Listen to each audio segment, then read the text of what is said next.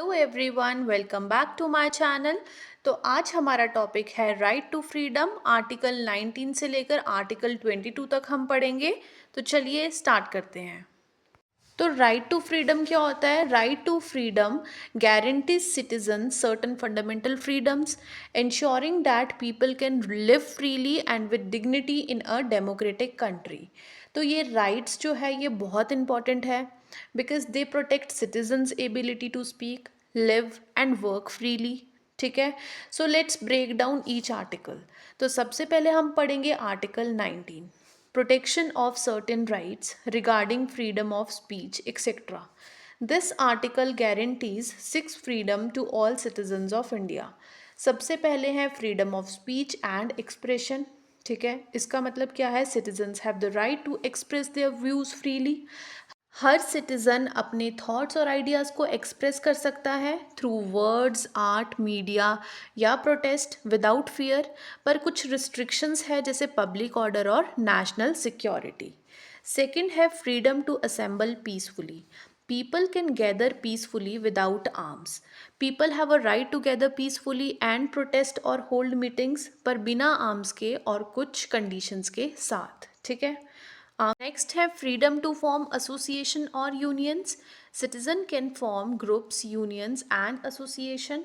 तो इसका मतलब क्या हुआ? जैसे ट्रेड यूनियन हो गया, एनजीओज हो गया और सोसाइटीज़ होगी जो उनके कलेक्टिव राइट्स को रिप्रेजेंट करे। ठीक है, फोर्थ है freedom to move freely. Individuals can move freely throughout India. Citizens को कंट्री के किसी भी पार्ट में फ्रीली ट्रैवल करने की लिबर्टी होती है। ठीक है, freedom to reside and settle. Citizens can live in any part of India. तो ये क्या अलाउ करता है सिटीजन्स को to settle in any part of India, और ये राइट डिस्क्रिमिनेशन को एलिमिनेट करता है बेस्ड ऑन स्टेट या रीजन। लास्ट है freedom to practise any profession.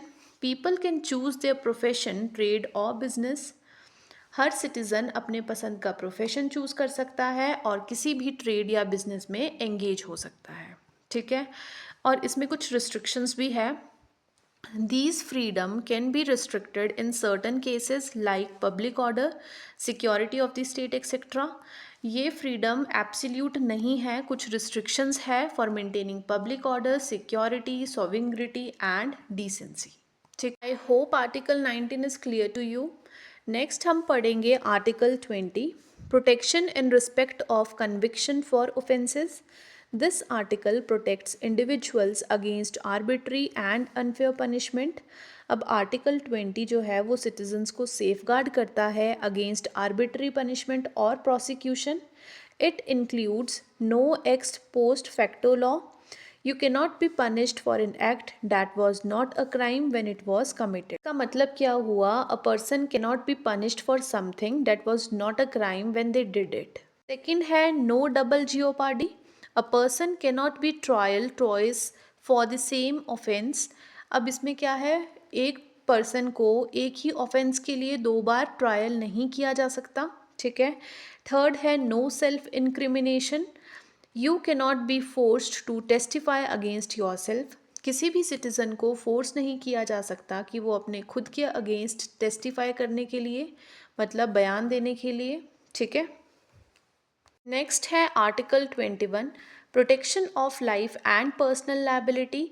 अब article 21 ensures that no person shall be deprived of life और personal liability except according to the procedure which was established by law, है ना।